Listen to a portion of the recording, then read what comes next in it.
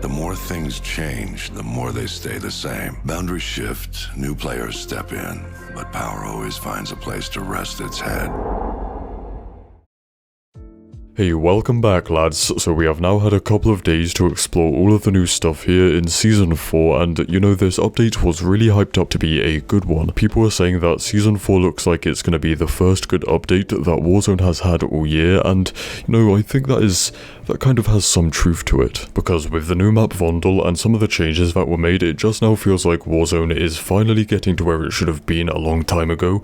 But yeah, we're going to get into all of that new stuff in a minute, but first, when it comes to Modern Warfare 2 multiplayer, I don't really think there is much to say, even as someone who mostly plays multiplayer. It's just kind of standard, you know, what we've come to expect with a couple of new multiplayer maps, 2 new ground war maps, and just, yeah, that standard stuff. There isn't really anything that changes or improves the experience much. It's a little unfortunate. I don't think the multiplayer update is bad by any means, but it's just, as I said a long time ago, if there are no major changes to the Modern Warfare 2 multiplayer, then just throwing new maps, weapons, and modes at it isn't really going to do much to fix the problems with the multiplayer. So yeah, for us multiplayer players, Season 4 is just nothing crazy, just more of the same. And that is what makes the Warzone side of the update so positive, is that they have actually changed things like gameplay related stuff that the community has asked for, like increasing the overall health and removing the AI bot enemies from strongholds.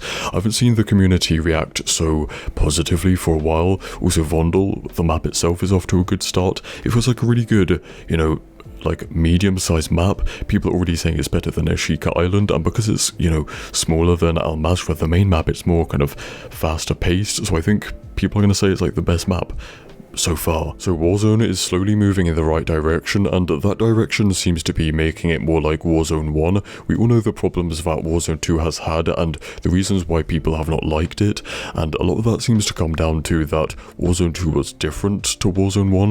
You know, there was new things and changes that people did not like, so it kind of makes you wonder, why does Warzone 2 even exist? They should have just, you know, continued updating and improving the original game. That would have been better, and isn't that kind of the point of these free-to-play battle royales? Like, you look at Fortnite, Apex Legends, PUBG, stuff like that, they're not supposed to be replaced by a new game every year or every couple of years. So yeah, Warzone 2 was a mistake, but it's just now finally reverting back to what people want, and as I said, there are more positive reactions because of that. People saying it's a rare Warzone W, stuff like that, and my guy Hope saying that now all that is left is for improvements to the movement, and then Warzone will be in an actual good place. So there's changes like increasing the movement and animation speed to make the pacing just better and, you know, less sluggish, which overall is an issue with the last 2 Modern Warfare games, right? The developers want to make the games like realistic and tactical, which has a detrimental effect on the gameplay, makes it more slower paced, which Call of Duty isn't supposed to be.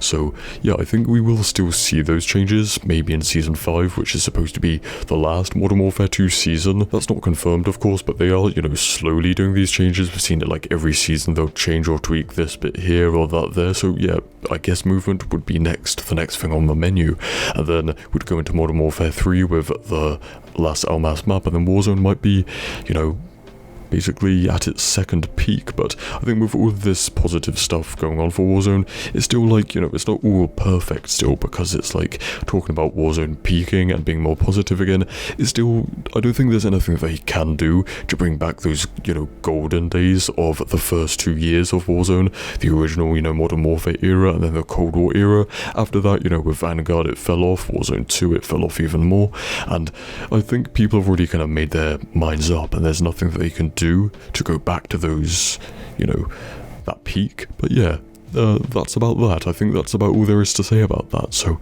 stay spicy, and I'll see you in the next one. Cheers.